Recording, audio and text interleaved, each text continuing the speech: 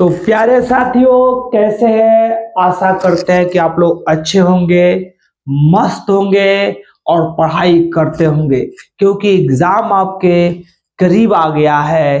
तो आपके भाई होने के नाते चाहते हैं कि आपके एग्जाम में चार चांद लगे।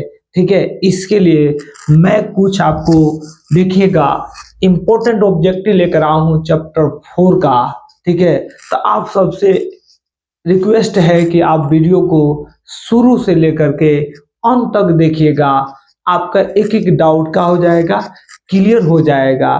ठीक है, तो आइए बिना किसी देरी के वीडियो को हम लोग क्या करते हैं, स्टार्ट करते हैं। देखिए, पहला क्वेश्चन है कि सहेली क्या है। सहेली क्या है? पहला ऑप्शन है कि गर्भधारण की मुख्य गोली है। तो ये बात क्या है? गलत है। ये बात क्या है? गलत है, क्योंकि जो सहेली है वह गर्भधारण का मुख्य गोली नहीं है। ठीक है, वो गर्भधारण को रोकता है और वो कह रहा है कि गर्भधारण की मुख्य गोली नहीं है। हाँ, बी नॉन स्टेरॉयड गोली है। तो ये बात क्या है? सही है कि जो सहेली है वो क्या है? नॉन स्टेरॉयड गोली है। बी सी ऑप्शन है कि मानव मादा के लिए मुख्य गर्भ निरोधक है। तो ये बात सही है, क्योंकि सहेली जो है वह गर्भ निरोधक को क्या करता है? गर्भ निरोधक गोली है, गर्भ धारण को रोकता है। ठीक है, तो ये ऑप्शन जो आपका जो डी देख रहे हैं कि बी और सी, ये दोनों क्या है? सही है। ठीक है, तो चलते हैं नेक्स्ट क्वेश्चन की तरफ। नेक्स्ट क्वेश्चन है कि कह रहा है कि जनसंख्या अधिक होने से क्या होगा? प्रति व्यक्ति आयु कम हो जाएगी। ठीक है, तो ये बात सही है कि अगर जनसंख्या क्या होता है? अधिक हो जाएगा, तो जो प्रति व्यक्ति आय है वो क्या हो जाएगा? कम हो जाएगा। ठीक है, बी ऑप्शन है कि प्रति व्यक्ति आयु ज्यादा हो जाएगा। नहीं, प्रति व्यक्ति आयु जो है वो ज्यादा नहीं होगा। ठीक है, तीसरा, जनसाधारण का स्वास्थ्य अच्छा हो जाएगा। नहीं, जब जनसंख्या अधिक हो जाएगी तो जनसाधारण का स्वास्थ्य अच्छा नहीं होगा, खराब हो जाएगा। ठीक है, तो यानी करें कि उपयुक्त में से सभी नहीं। देखिए, जनसंख्या अधिक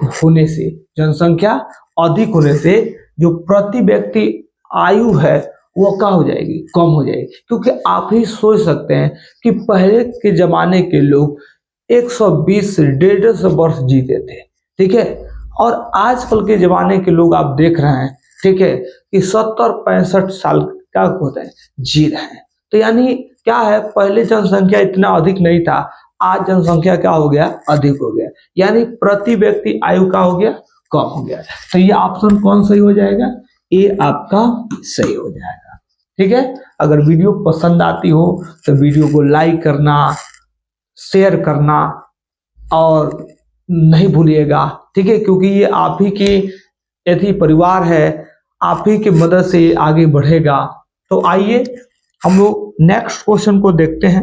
अगला क्वेश्चन है कि वर्तमान समय में, किसमें? वर्तमान समय में भारत में गर्भ निरोधक की सर्वाधिक मान्य विधि। आपको बताना है कि कौन जो है अभी जो का समय है भारत में, कौन गर्भ निरोधक की क्या है? सर्वाधिक मान्य विधि है। पहला ट्यूबेक्टोमी, बी डायफ्राम्स, सी गर्भाशयी युक्तियां, की डी सर्वाइकल कैप। तो देखिएगा, वर्तमान समय की बात करें तो जो गर्भाशयी युक्तियां हैं, ये क्या है? गर्भ निरोधक की सर्वाधिक मान्य विधियां हैं। ठीक है, अगला करें कि भारत में जनगणना की शुरुआत हुई। तो देखिएगा, अगर जनगणना की शुरुआत की बात करें तो ये 1872 ईस्वी में हुआ था। लेकिन भारत में अगर बात कर लें कि जनगणना कब हुई, तो ये हुई कब?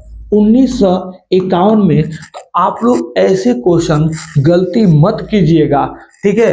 अगर जनगणना पूछेगा कि जनगणना की शुरुआत, प्रथम जनगणना कब हुई, तो वो 1872 में हुआ होगा। लेकिन अगर भारत में पूछा जाएगा कि जनगणना कब हुई, तो कब हुई, 1951। अगला क्वेश्चन है कि उच्च मृत्यु दर के, अरे कि उच्च मृत्यु दर के कारण जनसंख्या में जो तीव्र ह्रास कहलाता है। आपको बताना है कि उच्च मृत्यु दर के कारण जनसंख्या में जो तीव्र ह्रास होता है वो कहलाता है क्या? जनसंख्या घनत्व? नहीं।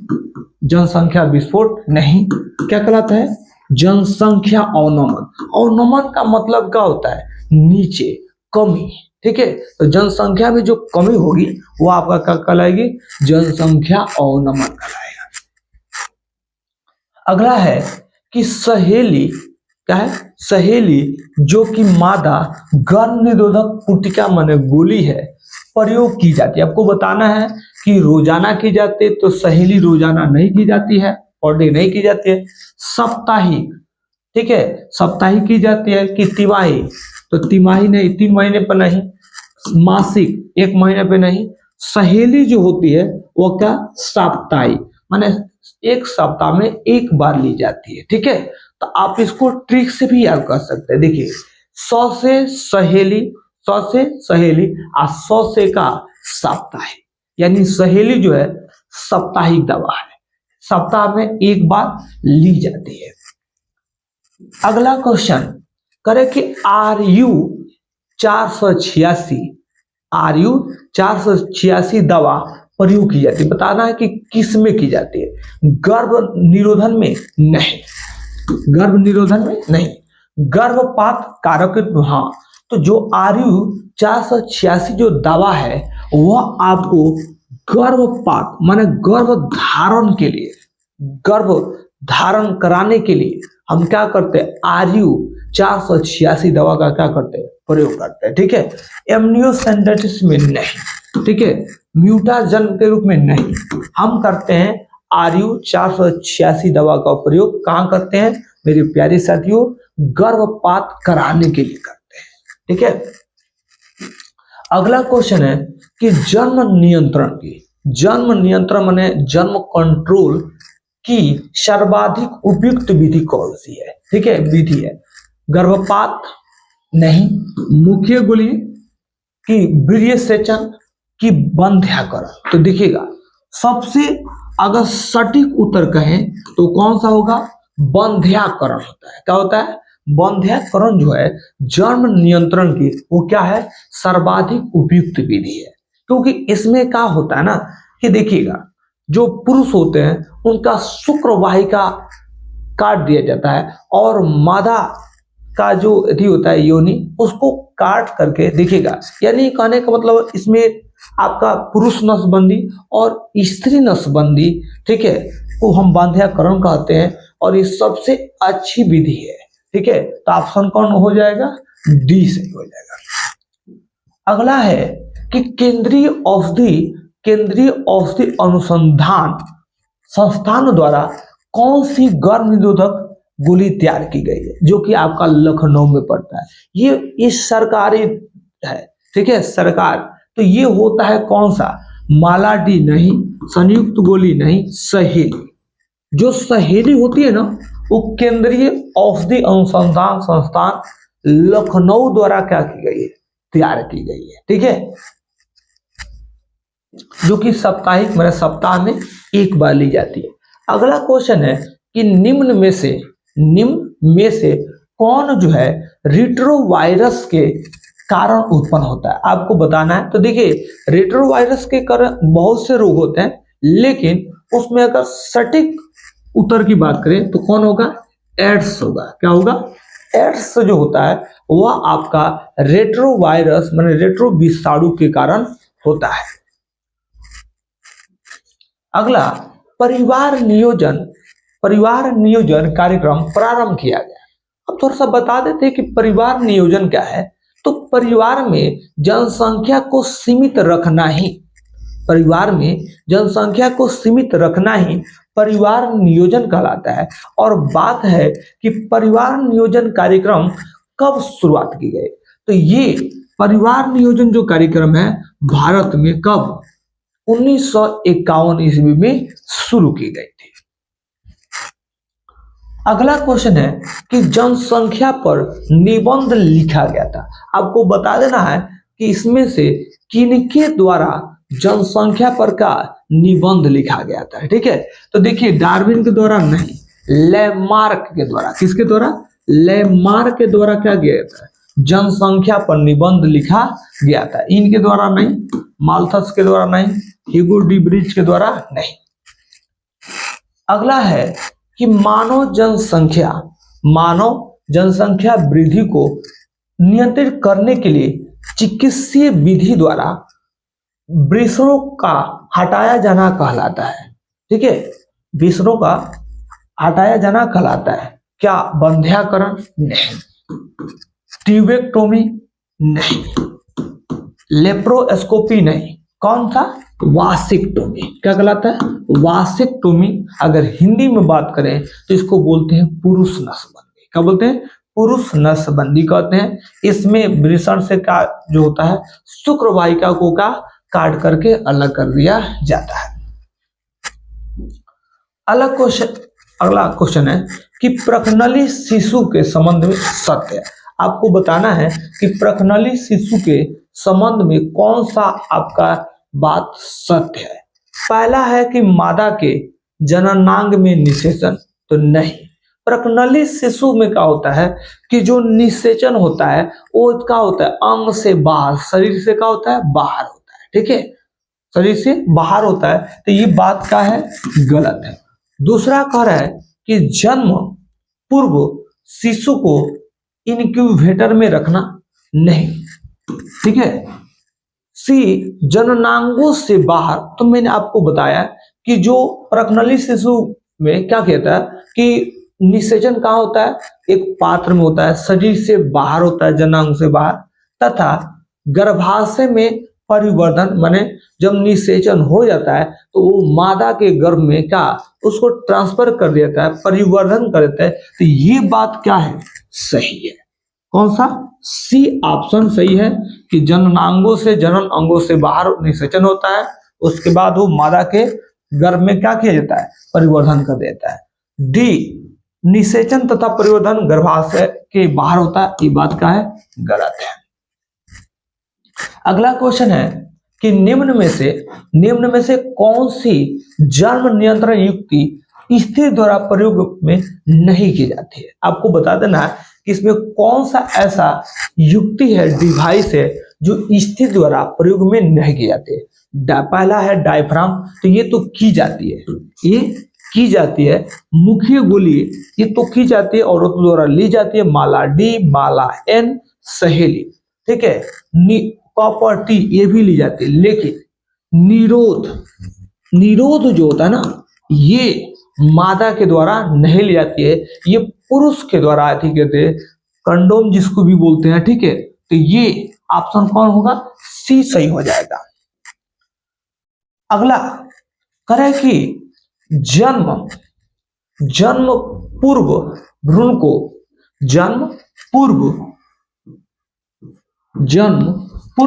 को जांचने की विधि का नाम है। आपको बता देना है कि जन्म पूर्व भ्रूण को जांचने की विधि का नाम है। पहला है लेप्रोस्कोपी, नहीं। आपका सी है वीर्य सेचन, नहीं। सी है कोइटस इंटरटस, नहीं। कौन है? एमनियो। क्या है? एमनियो। थोड़ा सा यहाँ यो भी बोल सकते हैं, एमनियोसेंटेसिस। क्या होता है? एमनियोसेंटेसिस, यानी देखिए जन्म के पहले भ्रूण को जांच करना, यानी लड़का है कि लड़की है। ठीक है, तो आपको बता देना है विधि का नाम क्या होता है। तो उसका नाम होता है, ठीक है, जन्म से पहले बताना कि लड़का है कि लड़की है, तो इसको बोलते हैं एमनियो। क्या बोलते हैं? एमनियोसेंटेसिस बोलते हैं। अगला क्वेश्चन है कि बताना है कि बैक्टीरिया की खोज किसने की। तो हम लोग पिछले क्लास में हम लोग पढ़ चुके हैं कि बैक्टीरिया की जो खोज है, या जो ल्यूवेनहोइक थे, कौन थे? ल्यूवेनहोइक। तो वो क्या किए थे? आरबीसी का खोज किए थे, बैक्टीरिया की खोज किए थे। ठीक है, तो आपका पहला है कोच नहीं, कौन? ल्यूवेनहोइक। कौन? ल्यूवेनहोइक ने क्या की थी? बैक्टीरिया की खोज की थी, आरबीसी की खोज की थी। ठीक है, पास्चर नहीं। अगला क्वेश्चन है कि गर्भ निरोधक पुटिका में प्रोजेस्टेरोन क्या करता है? ठीक है, उसका काम क्या है? गर्भ निरोधक पुटिका में प्रोजेस्टेरोन का, तो वो क्या करता है कि अंडोत्सर्ग को माने अंडा बनने को क्या करता है? उस सर्जन को रोकता है। आपका कौन? प्रोजेस्टेरोन। ठीक है, ये गलत हो जाएगा, ये भी गलत हो जाएगा। अगला है कि कौन सी तकनीकी पुरुषों से संबंधित है? आपको बताना है कि कौन सी तकनीकी जो है पुरुषों से संबंधित है। मुखीय गोलीय नहीं। ठीक है, पुरुष जो है यदि के लिए वो गोली नहीं खाता है। ट्यूबेक्टोमिक नहीं, क्योंकि ये होता है स्त्री नसबंदी। क्या होता है? स्त्री नसबंदी। हाँ, वासेक्टोमी। क्या बोलेंगे? वासेक्टोमिक। क्या होता है? वासेक्टोमी होता है, यानी पुरुष नसबंदी। तो ये क्या होता है कि मनुष्य से, पुरुषों से क्या होता है? ये संबंधित होता है। अगला है कि कॉपर टी बताना है कि कॉपर टी रोकता है। कॉपर टी रोकता है, आपको बताना है कि निषेचन को, कि अंड जनन को, कि यूटेरस की दीवारों पर एम्ब्रियो के बनने को, कि रिप्रोडक्टिव डक्ट में रुकावट को। तो जो कॉपर टी होता है ना, वो क्या करता है? अंड जनन को। क्या करता है? अंड जनन को, या सॉरी, ये जो आपका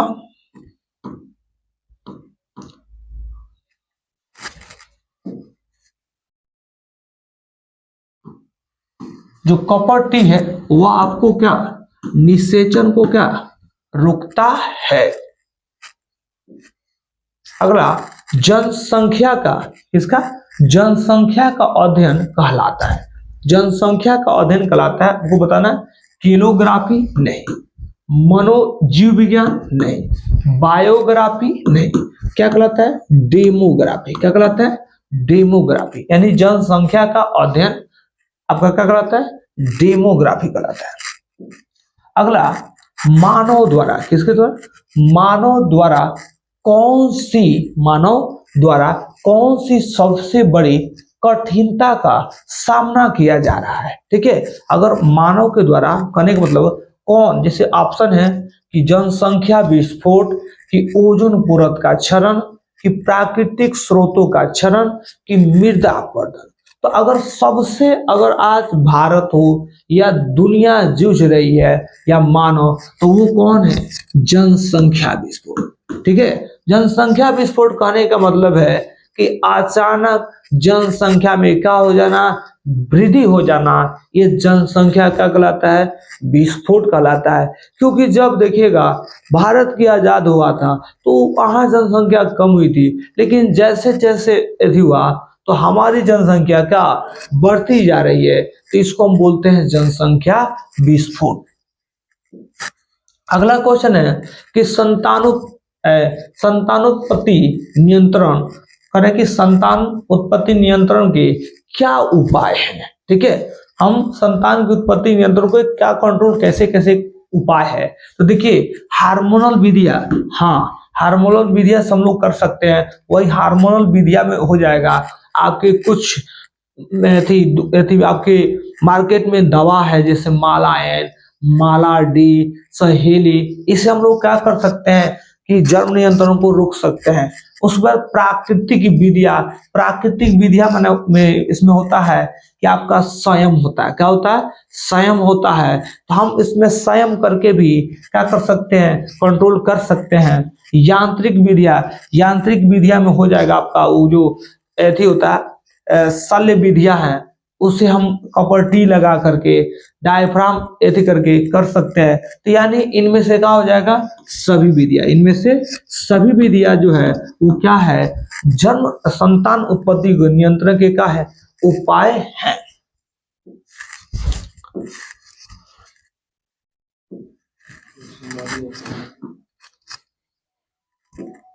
अगला करें कि मादा में क्या बोलेंगे, मादा में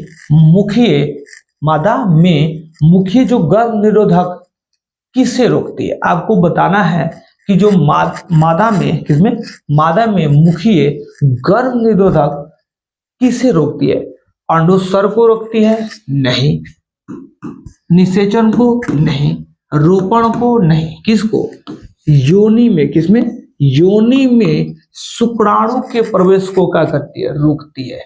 ठीक है, जो हम लोग मुख्य गर्भ निरोधक गोलियां खाते हैं वो क्या करती है, योनि में शुक्राणु के प्रवेश को क्या करती है, रोकती है। अगला है कि निम्नांकित में से कौन जन्म दर नियंत्रण की शल्य विधि है। कौन माने चिकित्सीय विधि है। ठीक है, तो वो होगा वासेक्टोमी। हाँ, तो ये वासेक्टोमी होता है, पुरुष नसबंदी होता है, ये शल्य विधि। ठीक है, सर्जरी। ट्यूबेक्टोमी ये होता है, यानी ऑप्शन क्या हो जाएगा, सी हो जाएगा। माने ए और बी, वासेक्टोमी भी होता है, ट्यूबेक्टोमी भी होता है, शल्य विधि। अगला करें कि महिलाओं में, किसमें, महिलाओं में शल्य क्रिया द्वारा, ठीक है, महिलाओं में शल्य क्रिया द्वारा बंध्याकरण प्रक्रिया को कहते हैं। आपको बताना है कि महिलाओं में जो शल्य क्रिया होता है उसको क्या कहते हैं। तो महिलाओं में नलिका उच्छेदन, हाँ, महिलाओं में जो शल्य क्रिया है उसको क्या कहते हैं, नलिका उच्छेदन। इंग्लिश में इसको बोलते हैं ट्यूबेक्टोमी। क्या बोलते हैं, ट्यूबेक्टोमी बोलते हैं। ठीक, हिंदी में इसका एक और नाम होता है जिसको बोलते हैं स्त्री नसबंदी। स्त्री नसबंदी होता है। ठीक है, शुक्रवाहक उच्छेदन नहीं, ये पुरुषों में होता है, जिसको बोलते हैं वासेक्टोमी, प्रत्यारोपण का नहीं, रोधक का नहीं।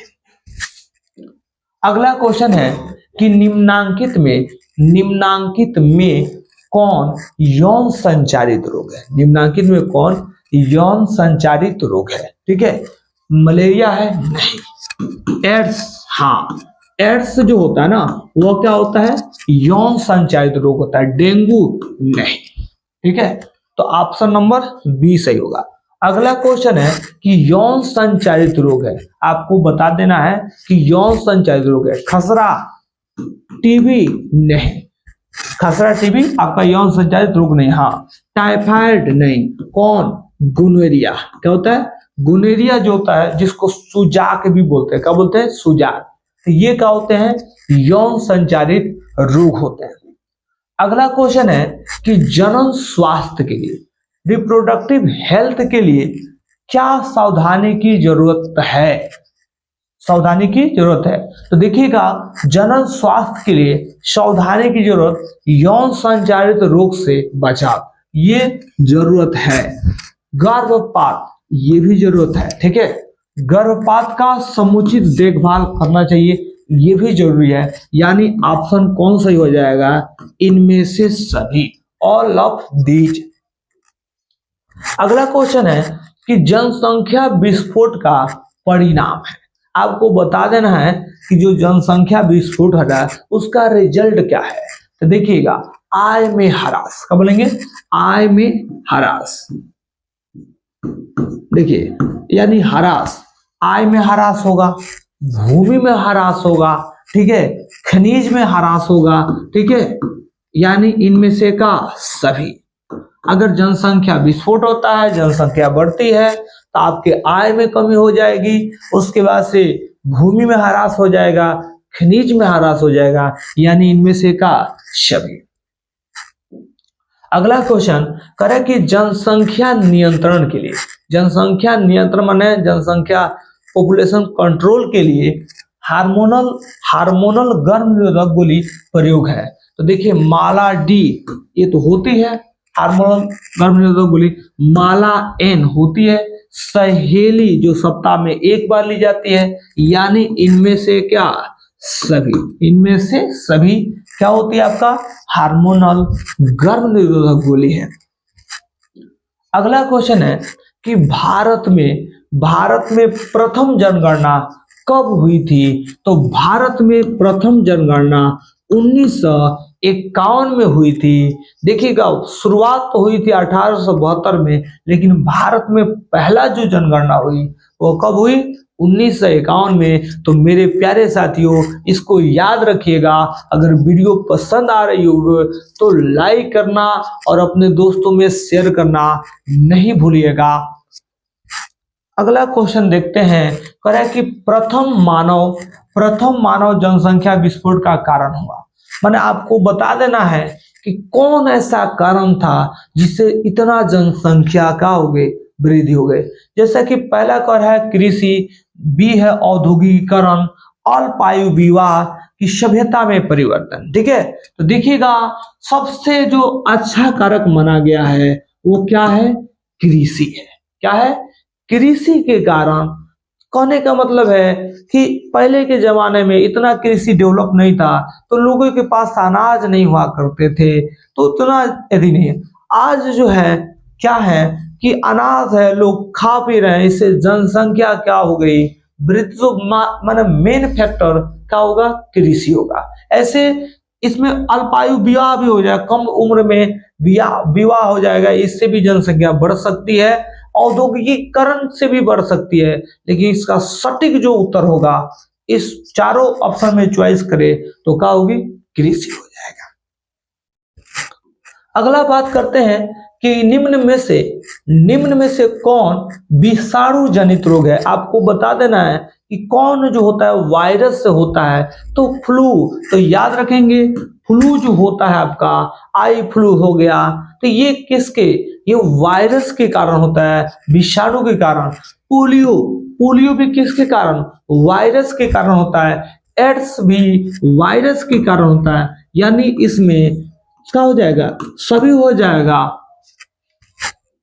अगला क्वेश्चन है कि लिंग जांच के कौन सी विधि का सबसे अधिक दुरुपयोग किया जाता है? आपको बताना है, क्योंकि वो कौन सा विधि है जिससे पता चल जाता है कि गर्भ में ही कि कौन बच्चा लड़का है या लड़की है। अगर लड़की होते हैं तो लोग उसको गर्भ में ही क्या मार डालते हैं, जिसको हम भ्रूण हत्या के नाम से क्या करते हैं, जानते हैं। तो इसका दुरुपयोग बता देना है कि कौन सा है। तो आप लोग याद रखिएगा कि एमनियोसेंटेसिस, क्या बोलेंगे?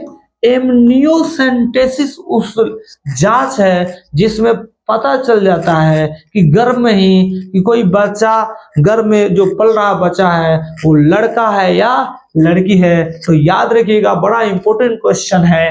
ठीक है, जिस पर सरकार ने क्या लगा दी है? आरोप लगा दी है। इसलिए आप जाते होंगे तो लिखा रहता है, देखेंगे कि हमारे यहाँ लिंग जांच निर्धारण नहीं किया जाता है, क्योंकि अगर सरकार को पता चल गया तो उन पे अच्छे से कार्रवाई कर सकती है। ठीक है, क्योंकि ये हमारे समाज के लिए एक का है, बुरा काम है।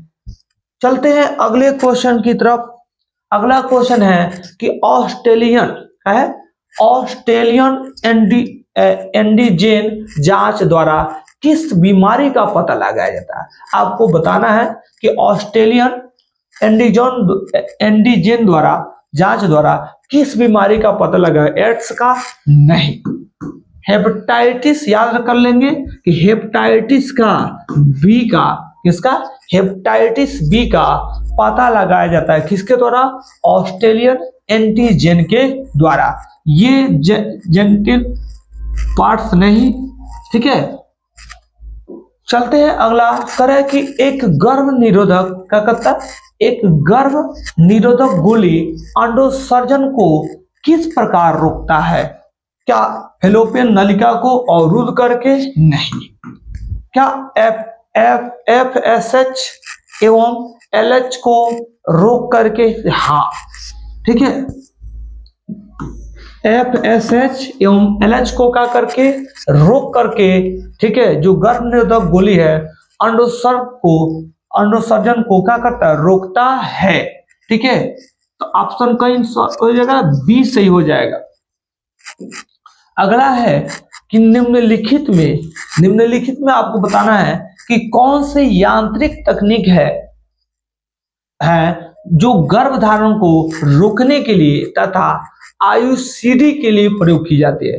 तो वो होता है कॉपर टी। हाँ, कॉपर टी होती है, सम्मिश्रित गोली नहीं, फोम नहीं, ठीक है, एबॉर्टेंट गोली नहीं, वो होती है कौन सी, कॉपर टी होती है, जो आपके क्या है, गर्भधारण को रोकने के लिए तथा आयुषीडी के लिए उपयोग की जाती है।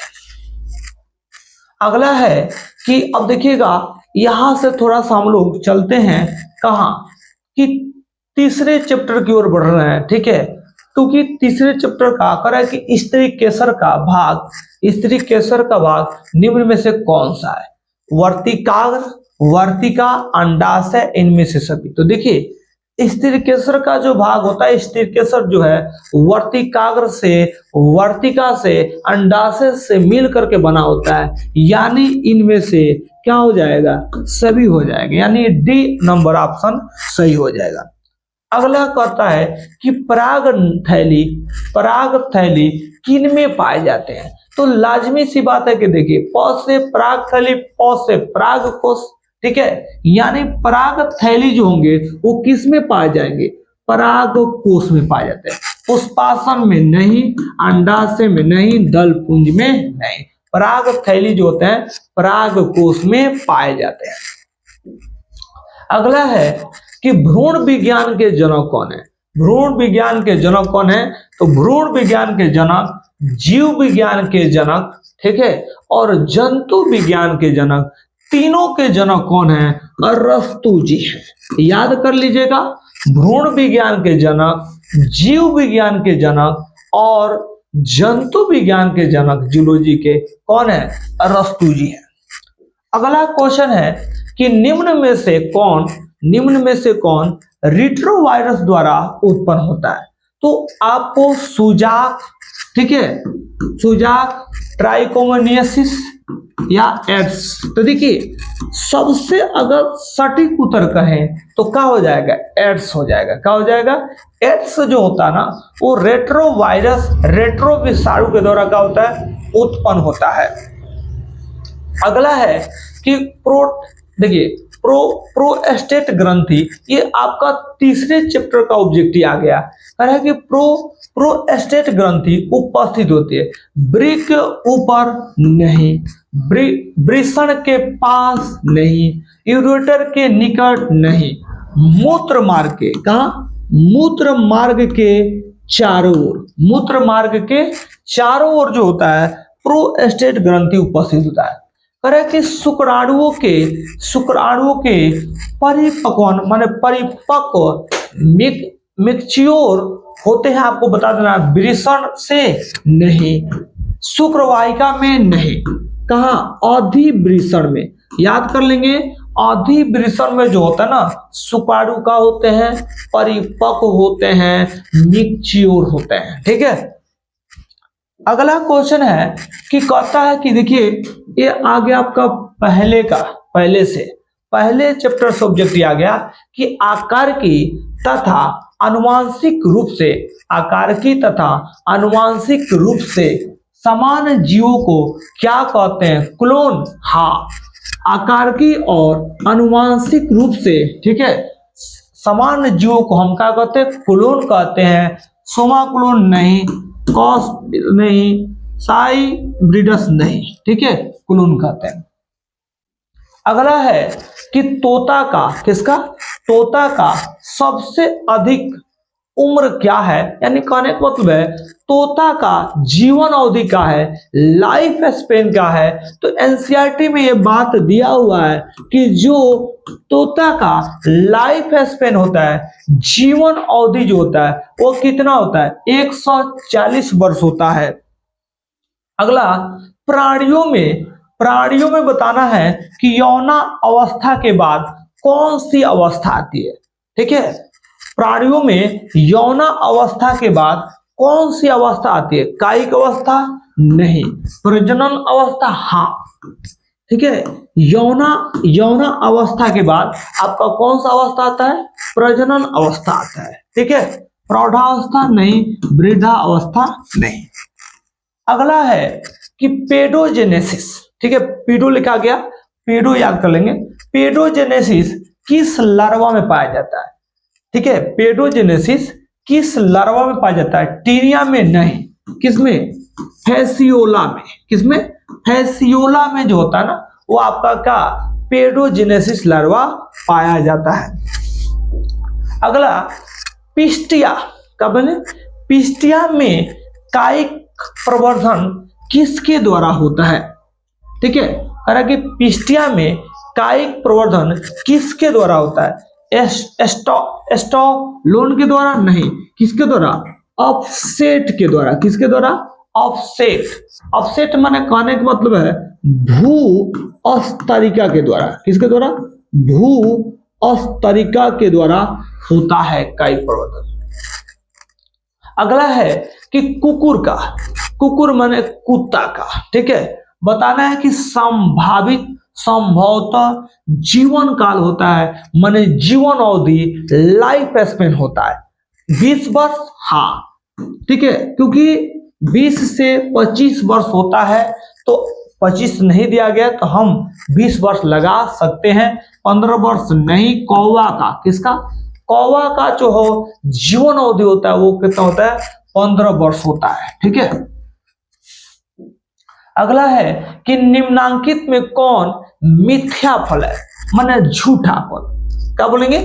झूठा फल भी बोल सकते हैं, झूठा फल बोल सकते हैं, असत्य फल बोल सकते हैं, असत्य फल बोल सकते हैं। तो आपको बताना है कौन है, सेब है कि आम है कि केला है। तो देखिए, जो केला है, आम है, ये सब आपका सत्य फल है।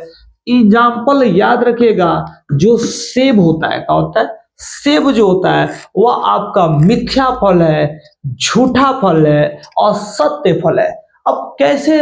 अब ये भी आपको बता देते हैं कि मिथ्या फल किसको कहेंगे, तो हम देखिए सत्य फल किसको बोलेंगे, तो वैसे फल जिसका मैक्सिमम फल का निर्माण अंडाशय से होता है। किसे होता है? अंडाशय से फल का निर्माण होता है।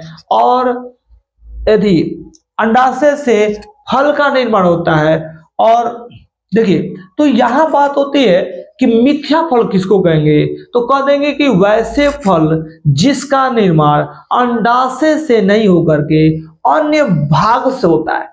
अन्य भाग माने पुष्पासन से होता है। ठीक है, तो उसको बोलते हैं मिथ्या फल। और सेब का जो है निर्माण जो होता है वह अंडाशय से नहीं होकर पुष्पासन से होता है, इसलिए कहा जाता है कि सेब जो है क्या है? असत्य फल है। सेब क्या है? असत्य फल है। ठीक है, आम, केला ये सब आपके सत्य फल होते हैं, क्योंकि इनका निर्माण अंडाशय से होता है। चलते हैं अगले क्वेश्चन। किसी परिवार की अनेक पीढ़ियों का लक्षणों का विश्लेषण करना क्या कहलाता है?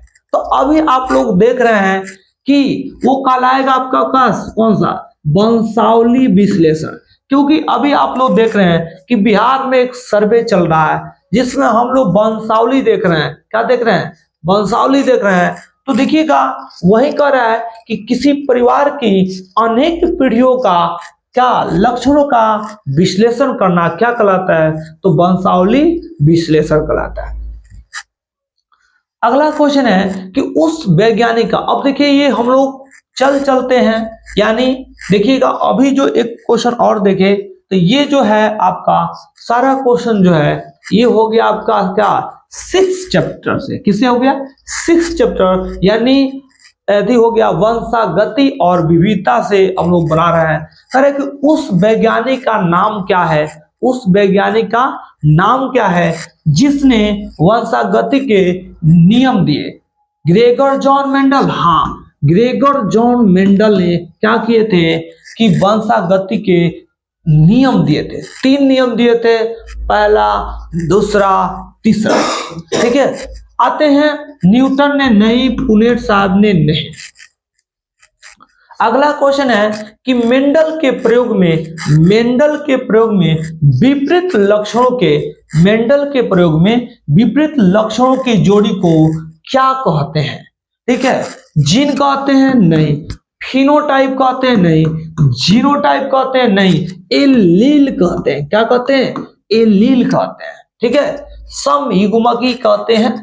आइए अगला क्वेश्चन है कि स्पीसीज प्लेट्रेम पुस्तक किसने लिखा था? ठीक है, स्पीसीज प्लेट्रेम पुस्तक किसने लिखा था? जॉन रे ने नहीं, कैरोलस लिनियस, हाँ कैरोलस लिनियस साहब ने वो किताब लिखी थी। कौन? स्पीसीज प्लेट्रेम ने पुस्तक। ठीक है, तो कौन सा ऑप्शन सही हो जाएगा? बी, थियोफ्रेटस नहीं। अगला, ऐसे पदार्थ जिनके प्रति प्रतिरक्षा अनुक्रिया होती है उसे कहते हैं। तो देखिए, ऐसे पदार्थ जिनके प्रति प्रतिरक्षा अनुक्रिया होती है उसको हम कहते हैं का एलर्जन कहते हैं। क्या कहते हैं? एलर्जन। टीका नहीं, एंटीबॉडी नहीं, एंटीजन नहीं।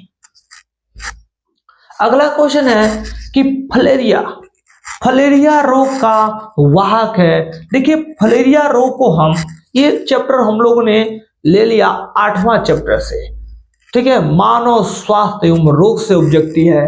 कह रहे कि फलेरिया रोग का वाहक है। बताना है कि फलेरिया को देखिएगा हम हाथी पांव रोग भी कहते हैं, जिसमें पैर जो होते हैं रोगी के वो हाथी के पैर जैसे फूल जाते हैं।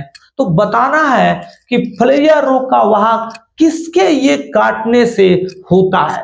पहला है नरक्यूलेक्स मच्छर से नहीं, नर एनकोलिसिस मच्छर से नहीं, मादा किसे होता है? मादा क्यूलेक्स मच्छर के काटने से आपको कौन सा रोग होता है? फलेरिया, फाइलेरिया भी बोलते हैं इसको। ठीक है, हाथी पांव रोग। अगला क्वेश्चन है कि एलर्जी के कारण निकलने वाला रसायन है। बताना है कि एलर्जी के कारण कौन सा रसायन निकलता है? तो देखिए, हिस्टामिन, हाँ हिस्टामिन निकलता है। दूसरा सीरोटोनिन, हाँ तो सीरोटोनिन भी निकलता है। ठीक है, तो यानी ऑप्शन जो बोल दें वो सी हो जाएगा। माने ए और बी, हिस्टामिन भी निकलता है और सीरोटोनिन भी निकलता है। अगला क्वेश्चन है कि विषाणु किससे बना होता है? आपको बताना है कि वायरस किससे बना होता है?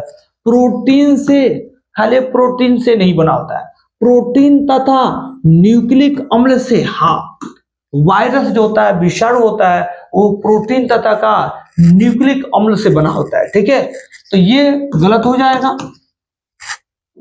अगला क्वेश्चन है कि यदि दो युग्मक देखने में समान लगे तो उसे क्या कहते हैं? अब यदि दो युग्मक देखने में समान लगे तो उसे क्या कहते हैं? तो उसको कहते हैं आइसोगैमेट्स। क्या कहते हैं? आइसोगैमेट्स कहते हैं।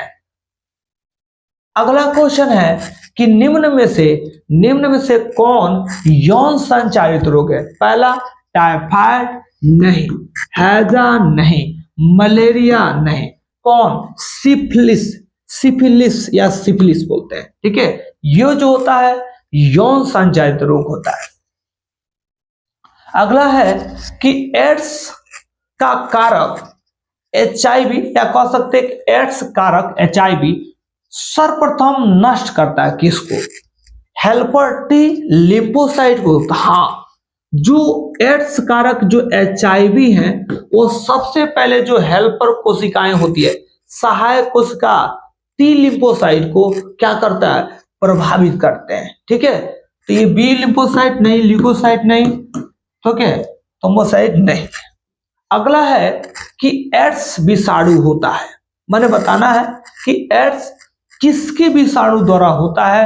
कि फौज विषाणु के द्वारा नहीं, पैपिलोमा विषाणु के द्वारा नहीं, जेमिनी विषाणु के द्वारा नहीं, किसके द्वारा? रेट्रो विषाणु के कारण होता है एड्स। अगला क्वेश्चन है कि गैमेट के निर्माण को कहते हैं। गैमीट के निर्माण को कहते हैं गैमीटोजेनेसिस। क्या कहते हैं?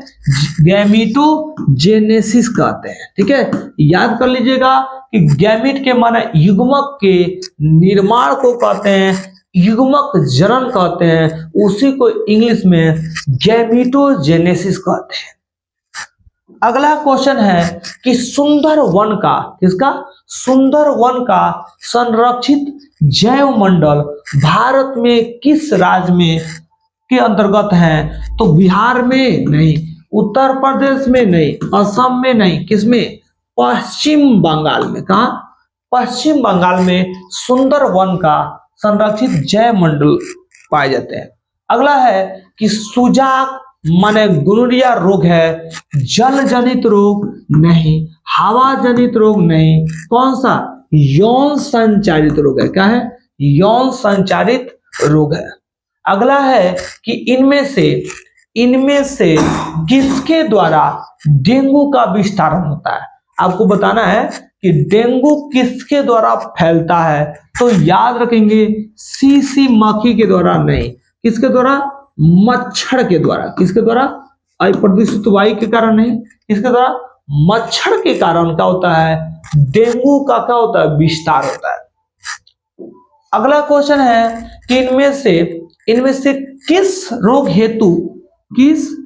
हेतु इलिसा जांच करना चाहिए? मतलब करने का मतलब कौन सा रोग है जिसमें इलिसा जांच करनी चाहिए? मलेरिया नहीं, मियादी टाइफाइड बुखार नहीं, कौन सा? HIV माने एड्स बोल सकते हैं। एड्स की जांच में हम लोग क्या करते हैं? इलिसा माने एड्स रोग है तो उसको का जांच हम किससे करते हैं? इलिसा से करते हैं। अगला है कि आनुवांशिक कूट में कितने कूट होते हैं? ठीक है, 8 नहीं, 16 नहीं, 32 नहीं, कितने? 64 होते हैं। कितने? 64। याद कर लीजिएगा, बहुत इंपॉर्टेंट क्वेश्चन है। ठीक है, ये आपका 6वें चैप्टर से क्वेश्चन है। वंशागति का 8वीं का आधार से क्वेश्चन है कि आनुवांशिक कूट में कितने कूट होते हैं, तो वो 64 कूट होते हैं। अगला है कि चींटियों द्वारा लास्ट क्वेश्चन है कि चींटियों द्वारा परागण को क्या कहते हैं? करेक्ट, ऑर्निथोफिली कहते हैं। नहीं, क्या कहते हैं? मॉर्मिकोफिली। हाँ, चींटियों द्वारा परागण को हम क्या कहते हैं? मॉर्मिकोफिली कहते हैं। ठीक है, तो आज के इस वीडियो में 70 ऑब्जेक्टिव इतना ही। आप लोगों को ये क्लास कैसे लग रहा है आप हमें जरूर कमेंट करके बताएंगे। अगर चैनल पर नए हैं तो चैनल को सब्सक्राइब करना नहीं भूलेंगे और अपने दोस्तों में, रिश्तेदारों में शेयर करना नहीं भूलिएगा।